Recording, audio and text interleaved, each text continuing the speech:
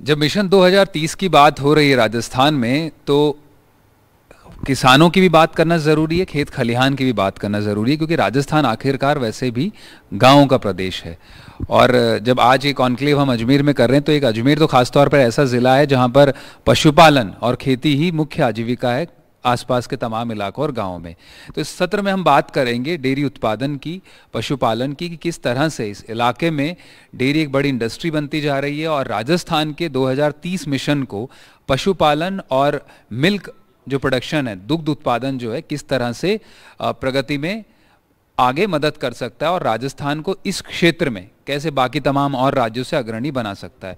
तो 3 खास मेहमान पहले सत्र की तरह भी मेरे साथ इस सेशन में होंगे। मेरे साथ में जो चेयरमैन डायरेक्टर होंगे कोऑपरेटिव बैंक अजमेर के, कोऑपरेटिव डेयरीज के हरिराम जाटली साहब होंगे।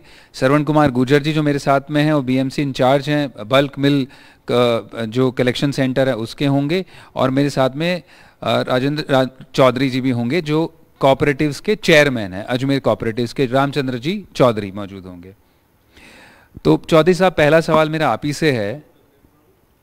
जब बात होती है मिल्क प्रोड्यूसिंग या दूध उत्पादन की, और डेयरी तो एक सहकारिता तो काफ़ी बड़ा अभियान भी रहा है, राजस्थान में भी काफ़ी बड़े पैमाने पर होता है, कितना बड़ा फ़र्क पहले के मुकाबले आया है दूध उत्पादन में, पशुपालकों की स्थिति में, और अब राजस्थान क्या आत्मनिर्भर है इस पूरी तरह से इस दूध के मामले में? और 2030 जब मिशन आएगा, पूरा होगा, 2030 में हम जब प्रवेश करेंगे, तो इसकी स्थिति क्या देखना चाहते हैं आप?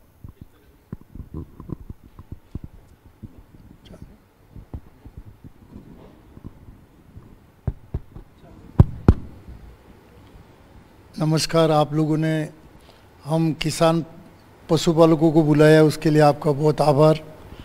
एनडीटीवी का नाम जो है काफ़ी सुनते रहते हैं, काफ़ी पॉपुलर और निष्पक्ष समाचार रात को हमको गांव से थक के आते हैं, तो आपकी एनडीटीवी लगाते हैं जिससे कि पूरे देश के हालात जो है निष्पक्ष मिले। आप जो है अनबाइस्ड समाचार देते हो, उसके लिए बधाई। शुक्रिया।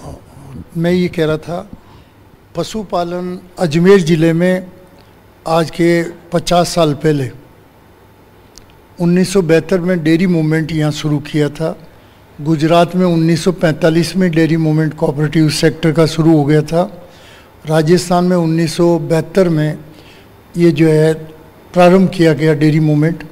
गांव में कोऑपरेटिव सोसाइटी बनाई, ज़िले में नॉमिनेट करके बोर्ड बनाए, ज़िला अजमेर ज़िला दूध उत्पादक सहकारी संघ बना। ऐसे 10-15 ज़िलों में, जयपुर, भीलवाड़ा, चित्तौड़, इनमें जो है जोधपुर, बीकानेर, यहाँ पर जो जिला अलवर भी था, जिला दूध उत्पादक सहकारी संघ बनाया गया। और सबसे पहले गाँव में गए ये अधिकारी, उस समय हमारे बोर्ड नहीं होते थे, तो अधिकारी गाँव में गए। अजमेर ज़िले में एक गांव कोटड़ी, वहाँ से दूध खरीदा। 3 घंटे बैठे रहे, जब उनको 34 लीटर दूध गांव वालों ने बेचा। दूध बेचने में विश्वास ही नहीं करते थे, तो 34 लीटर दूध मिला, खरीद के लाए। सिविल लाइन में छोटा कार्यालय था 2-3 कमरे का, वहाँ दूध का प्रचार था अखबार में कि भाई आपको 17 तारीख को 10 बजे बाद में सिविल लाइन डेयरी जो नई खुली सरस डेयरी, उसमें आपको दूध मिलेगा बिको। वहाँ 500 आदमी आ गए, दूध 34 लीटर ही था, तो 5-10 मिनट में ख़त्म हो गया। फिर धीरे धीरे गाँव में और कोऑपरेटिव सोसाइटीज़ खुलती गई, धीरे धीरे ये चरण जो है आगे बढ़ता गया।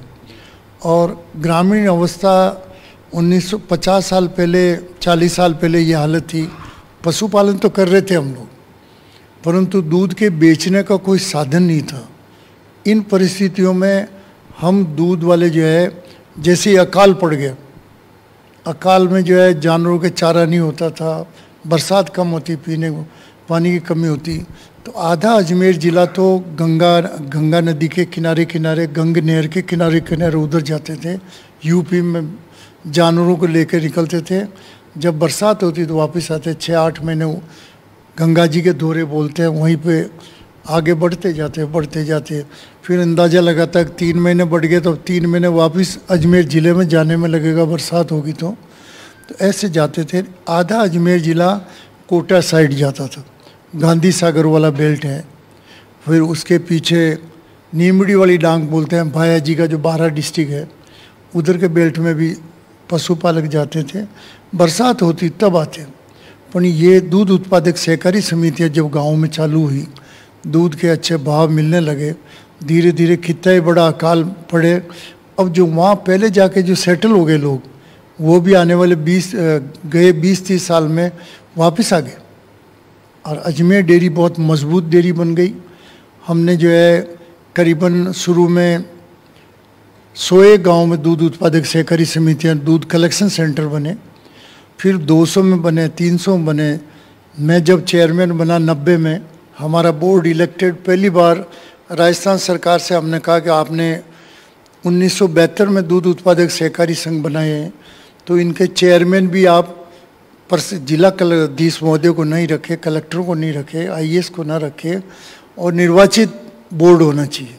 सरकार ने हमारी मांग मानी और 1990 में जो है सितंबर में पहली बार 12, 13, 14 जिला संघों में जो इलेक्टेड बोर्ड बने। हमारा इलेक्टेड बोर्ड आने के बाद में हमने 3-4 चीज़ों पे ज़्यादा ध्यान दिया। 3-4 चीज़ें ये थी कि दूध का बढ़ना जरूरी जिले में। दूध बढ़ेगा तो पशुपालक की आमदनी बढ़ेगी, दूध बढ़ेगा तो अच्छी नस्ल के पशु लेने के भी वो किसान परचेज हरियाणा, पंजाब, गुजरात से लाना शुरू किया। हमने सबसे पहले जो है ब्रीड के ऊपर ध्यान दिया, ब्रीड डेवलपमेंट। जो नस्ल थी अजमेर ज़िले की गायों की, औसत 1.5 लीटर दूध होता था और भैंसों में 2.5 लीटर। गांव में 1-2 भैंस होती जिसके 4 या 5 लीटर दूध होता था, 1 या 2 गाय गांव में होती जिसके 4-5 लीटर दूध होता था। परंतु नस्ल हमारी कमज़ोर थी, तो किसान के खर्चा आर्थिक बहुत ज़्यादा पड़ रहा था पशुपालन में, दूध उत्पादन में। तो उसमें हमने प्रयास किया, हरियाणा, पंजाब, गुजरात से जो है भैंसों के अच्छे नस्ल के पाडे लाए और उसे नेचुरल कोर्स कराया, उससे भी नस्ल सुधरी। गायों में जो AI प्रोग्राम चलाया। हमारा ज़िला गिर गाय के लिए हिंदुस्तान में फेमस है, इसलिए हम गिर गाय के भी सांड इन 40 साल में, जो मैं चेयरमैन 35 साल से हूँ, 35-40 साल में जो है करीबन 1000 गिर नस्ल के गुजरात से सांड लाए, अलग अलग वर्षों में गाँव में दिए। उससे जो गिर नस्ल पूरी सुधर गई गायों की। जो पहले एक ज़माने में बताया जाता था 1.5 लीटर दूध होता था, अब उसके जो है अमूमन ज़िले में औसत निकालो तो 4 लीटर गाय के दूध होता मिनिमम। अच्छा। और 8-9 लीटर तक की गायें भी गिर है हमारे यहाँ पर। तो एक तो वो सुधर गई।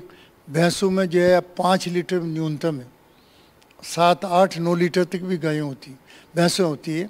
और हमने हरियाणा गुजरात की जो है जाफराबादी नस्ल है, वो काठियावाड़ में उधर जूनागढ़ की तरफ है, वो भैंसें लाए तो उनके 10 लीटर 12 लीटर दूध होने लग गया। वो थोड़ा खर्चा ज़्यादा बैठता था और वापस हीट में नहीं आती, तो 1 साल वो यूं ही रह जाती थी। इसलिए वापस हम जो है गुजरात के ऊपर वाले हिस्से की भैंसों का नस्ल लाए। फिर उसके बाद में गुजरात और मतलब हरियाणा, पंजाब की भी लाए और अच्छी नस्ल की जो भैंसें लाए। ये राजस्थान के जो भी आसपास के राज्य रहे, ये काफ़ी दुग्ध उत्पादन के मामले में पहले से वहाँ जो नस्लें अच्छी रहीं। और पंजाब पहले आगे था। अब हिंदुस्तान में मैं उसी बिंदु पर आ रहा हूँ। मैं आपसे दोबारा एक बार बाकी मेहमानों से भी बात कर लेते हैं। मैं वापस लौटूंगा आपके पास में। कर रहा हूँ। अच्छा जी। मैं ये कह रहा हूँ, हिंदुस्तान हम लोगों की मेहनत से राजस्थान में अजमेर ज़िला 2nd नंबर है दूध प्रोडक्शन, दुग्ध उत्पादन में। हाँ जी। और हिंदुस्तान में राजस्थान अब फर्स्ट हो गया 6 महीने पहले से। ये मुख्यमंत्री की बहुत सारी योजनाएं हैं। जहाँ पहले पंजाब हरियाणा आगे रहते थे। हाँ नहीं, पहले यूपी आगे था जी, और अब जो है राजस्थान नंबर 1 हो गया। मुख्यमंत्री जी ने 8-10 स्कीमें दी है, उससे किसानों को बहुत फायदा हुआ। अच्छा, मैं बाद में बताऊंगा। जी जाटली साहब, आपसे जानना चाहूँगा, जिस तरह से चौधरी साहब बता रहे थे अभी कि कैसे 1 लीटर वाली जो नस्ल के साथ में शुरुआत हुई और अब 12-15 लीटर पर है, और मुख्यमंत्री की स्कीम्स ने भी काफ़ी लाभ पहुंचाया और अब यूपी, पंजाब, हरियाणा से राजस्थान आगे है दूध उत्पादन में। आप खुद डेयरी के संस्थापक रहे, किस तरह से आपकी यात्रा शुरू हुई क्या दिक्कतें थी, और आपका जो दूध का काम है, दूध का कारोबार है, आपके क्या अनुभव हैं, क्या सुधार करने की ज़रूरत है और क्या दिक्कतें अभी आती हैं डेयरी बिजनेस में, डेयरी कारोबार में? जब जो है पहली जब डेयरी अजमेर डेयरी शुरू नहीं हुई थी, उसके पहले हम जो है कोई दूध प्राइवेट लेने वाला नहीं था। मैंने खुद ने मेरे हाथ से पुराने ज़माने में आने और शेर चलते थे, मैंने 14 आने शेर में दूध बेचा है, 14 आने शेर में, और वो भी कोई लेने वाला नहीं था, ज़बरदस्ती डालते थे।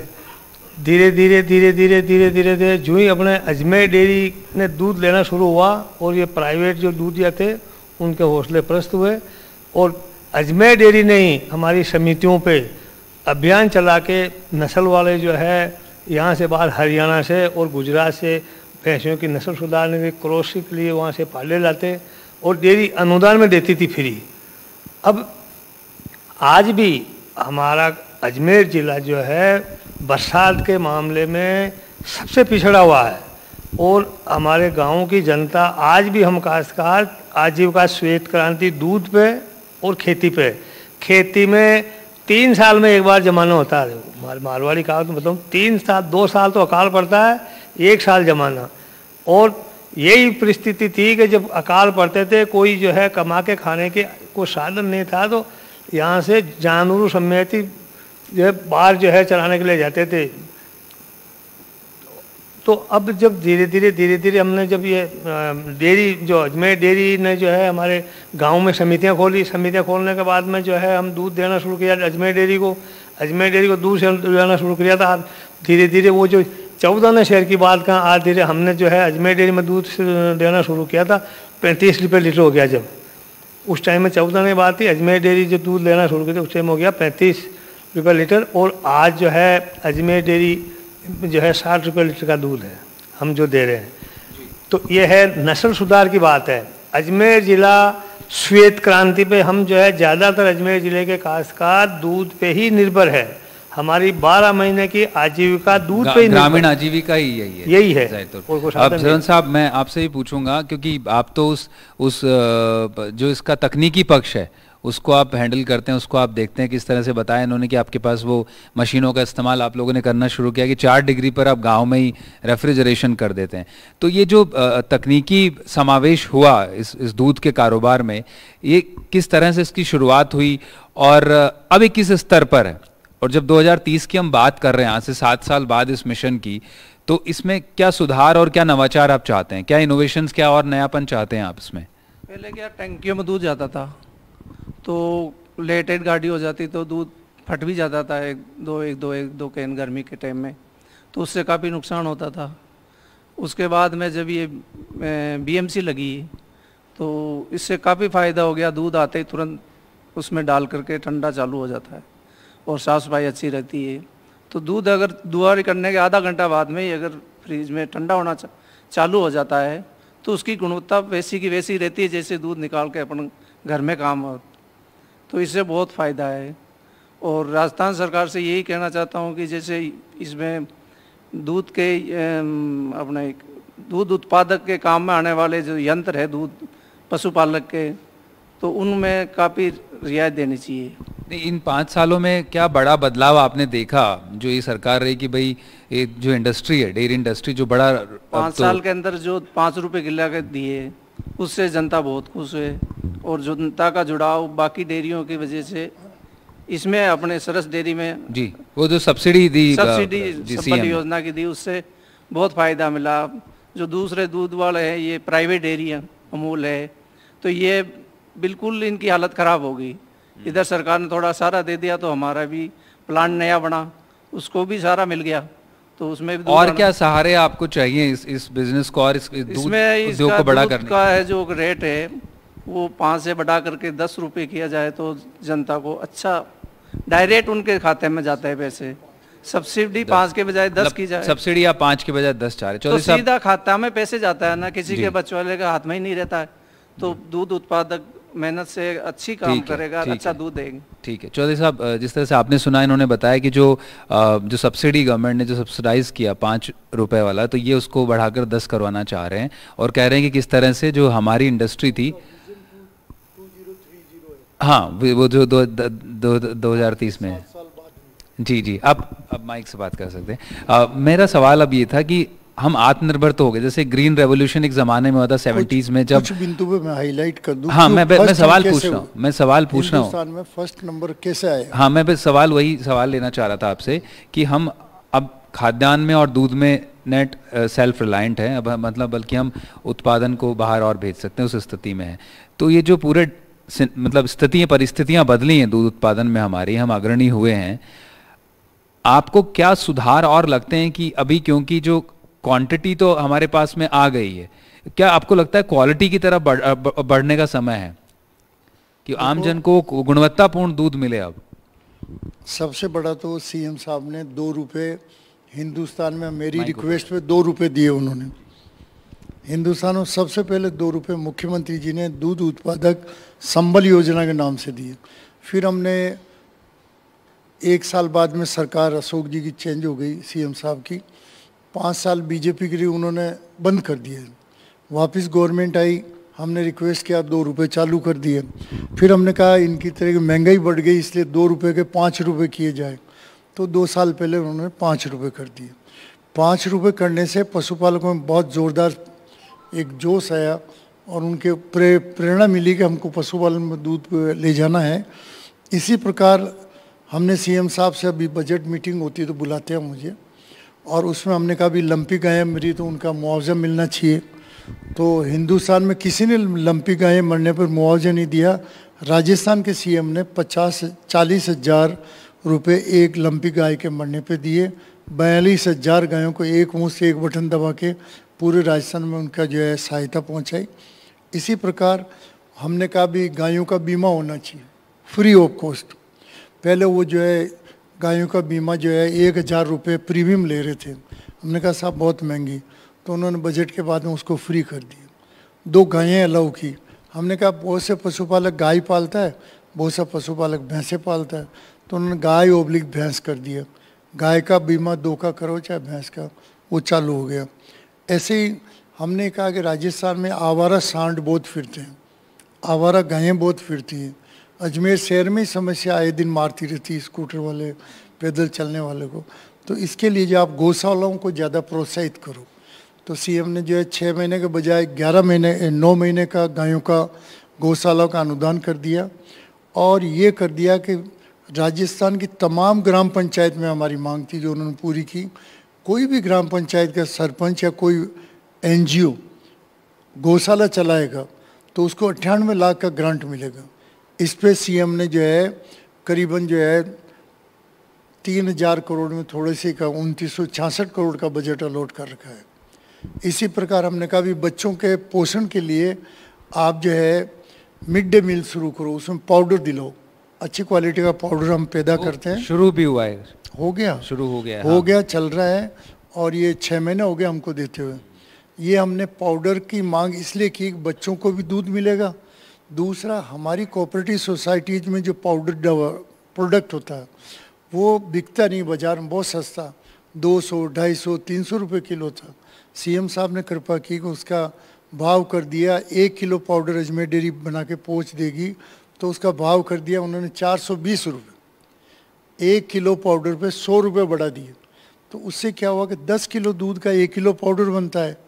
तो पशुपालक का दूध हम खरीद कर पाउडर बना के जो बेच रहे हैं, तो 1 किलो दूध पे 10 रुपये वो पाउडर बना के मिड डे में जाने में मिल गया हमको।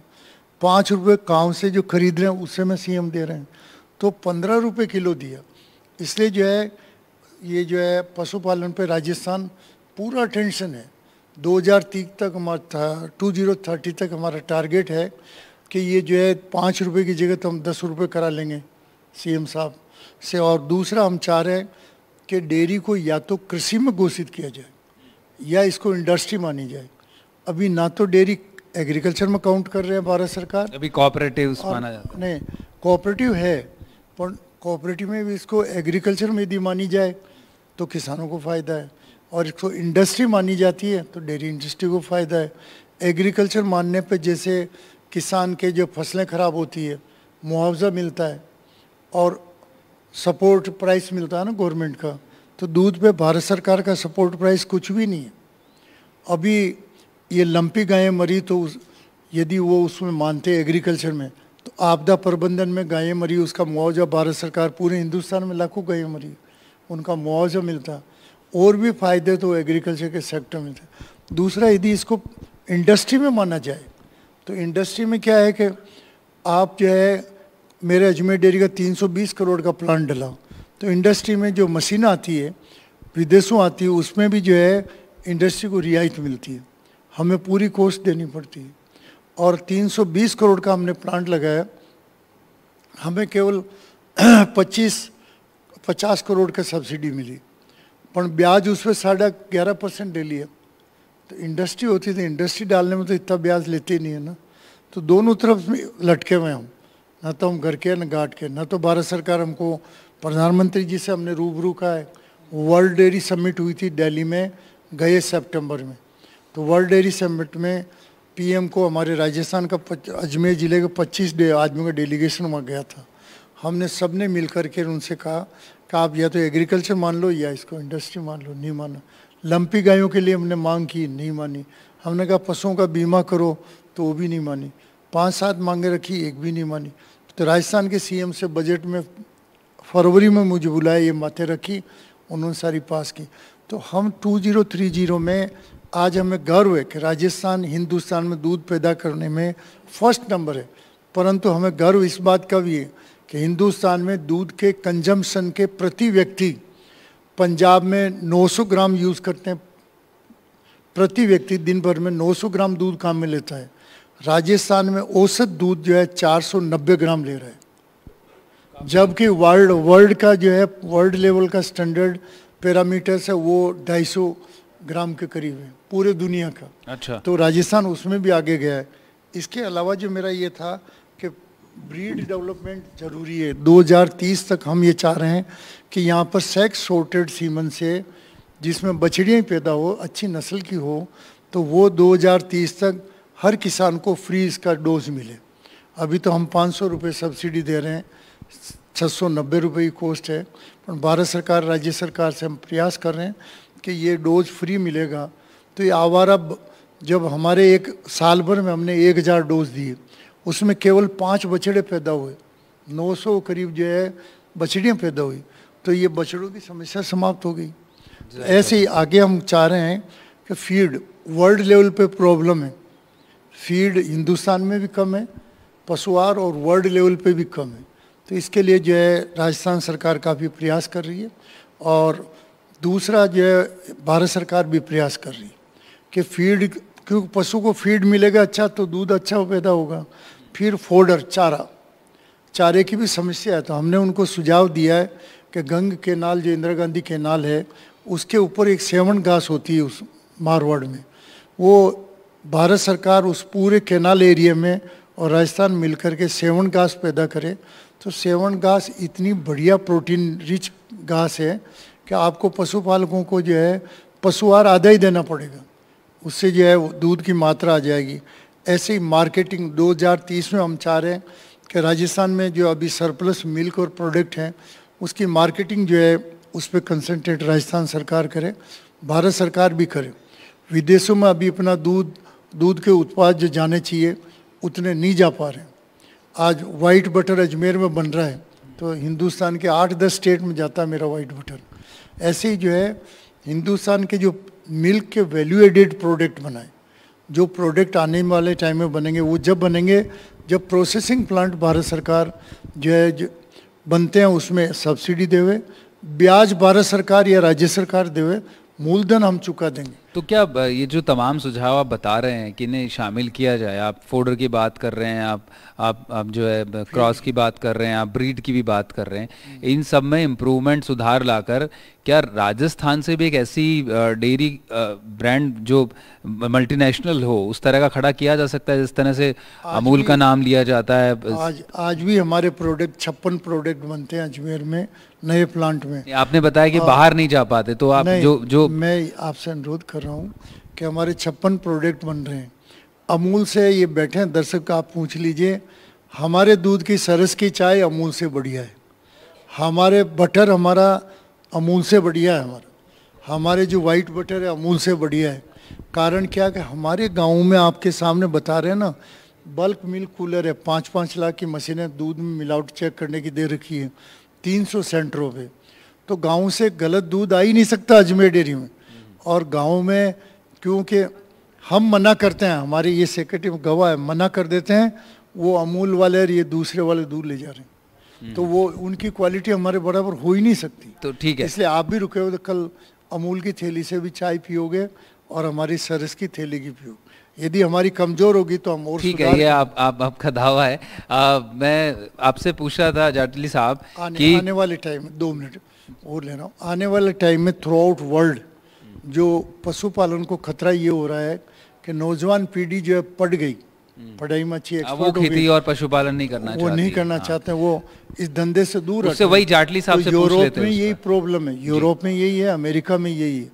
और अब की साल जो गर्मी पड़ी है वो गर्मी ठेठ अमेरिका से लेकर चाइना तक गई है, तो वो दूध के उत्पादन में गिरावट आई है। हिंदुस्तान में भी गिरावट है, अपने इस साल गिरावट आई थी अपने, इसलिए हमको पशुपालन को 60 रुपए किलो दे करके इन उपभोक्ताओं की मांग, दूध की शॉर्टेज जैसी स्थिति में तो हम नहीं। जाटली साहब, मैं पूछ रहा था जिस तरह से अभी चौधरी साहब बता रहे थे अपने अनुभव से कि अब सबसे बड़ा संकट ये है कि हम ठीक है बात तो कर रहे हैं मिशन 2030 और आगे बढ़ने की, लेकिन जो नौजवान है, जो आपकी पीढ़ी तो पशुपालन पर और खेती पर ये आजीविका रही, लेकिन वो अब आप लोग उनको बाहर पढ़ने भेज रहे हैं, वो बाहर जा रहे हैं और आगे जो है अपना पेशेवर दुनिया में चले गए, तो फिर आगे कौन संभालेगा इस काम को?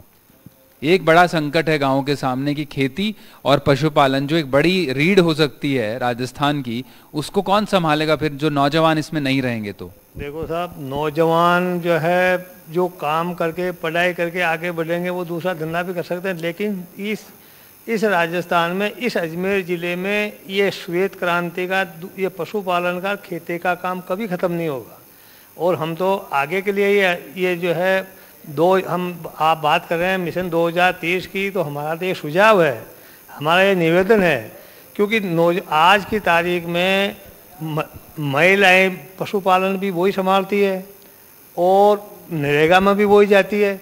हमारा एक बहुत बड़ा एक सुझाव है कि भाई अब नरेगा का मान, जैसे अभी जो है वो हरमाड़ा वाले सरपंच साहब बता भी देते हैं कि भाई आजकल गफला होने लगे, आप मशीनरी काम कर रही है। हमारा मानना यह है कि ये जो नरेगा चल रही है, इस नरेगा को एक आदमी को पशुपालन में जोड़ना चाहिए और एक आदमी को इसमें डेयरी में जोड़ना चाहिए, ताकि उनका सार संभाल करे। हाँ, जब नौजवान जाओ, बाकी परिवार पूरा नहीं जा सकता ना, ये तो बच्चे हुए आदमी काम तो करेंगे ही। दूसरी चीज़ ये है कि भाई जिस तरह से आज भारत सरकार जो है ये तय करती है समर्थन मूल्य, तो हमारे दूध का तो नाम ही नहीं देता है ना। भारत सरकार अगर इसको एग्रीकल्चर माने, अभी बता देते साहब, तो एग्रीकल्चर में माने तो हमारा दूध का समर्थन मूल्य भी होना चाहिए। और इसको जो है जैसे आज समिति लेवल पे, गांव लेवल पे कोई काश्तकार आज जहाँ पशुपालन भैंस को भी खरीदना चाहता है और गाय खरीदना चाहता है, तो बाहर वाले विदेशों में तो सरकारें उनको खुद पूरा मुहैया कराती है, पूरा अनुदान देती है। अपने यहाँ तो 20% नहीं दे रही है ना। अगर इस व्यवसाय को बढ़ाना होगा तो इस पर अनुदान भी बढ़ाना पड़ेगा, उसको कुछ जो है राजस्थान सरकार को भी प्रयास करना होंगे, भारत सरकार को भी करना पड़ेगा। मतलब दूध श्वेत क्रांति के मामले में तो जब तक सरकार का सहयोग नहीं होगा तब तक हम वो आगे बढ़ पाना, आगे बढ़ना बहुत मुश्किल है। दोनों ही आपने सुझाव दी, दोनों सुझाव बहुत बेहतरीन है कि एक तो जो है जो नरेगा जिनमें जिस तरह से सब लोगों को एक ही दिशा में लेके जाया जा रहा है, लेकिन पशुपालन में भी नरेगा को लाया जाना चाहिए, वो भी तो मजबूरी कर रहा है ना जाहिर तौर पर। दूसरा सुझाव आपका ये है कि भाई जो आपका सब्सिडी को लेकर के आप बात कर रहे हैं और पशु को लेकर के बात कर रहे हैं, ताकि हाँ सस्ता ऋण की बात, दोनों बेहतरीन सुझाव थे जी, जो दोनों ही आपके लाजवाब सुझाव थे। समय हमारे पास बहुत कम, आप तीनों मेहमान जुड़े, आपका बहुत शुक्रिया। दूध पर जो बात की, श्वेत क्रांति से आगे बढ़कर अब इसकी जो है गुणवत्ता परक क्रांति लाने की आपने बात की, तकनीकी इनोवेशन की बात की, तीनों का बहुत बहुत शुक्रिया। देखते हैं कि आपके सुझाव और आपकी सलाह जाहिर तौर पर जो सरकार तक पहुंचेगी और मिशन 23 में वो साकार हो, यही हमारी शुभकामनाएं भी आपको। आपका बहुत धन्यवाद बुलाने, बहुत बहुत शुक्रिया आप तीनों मेहमानों का।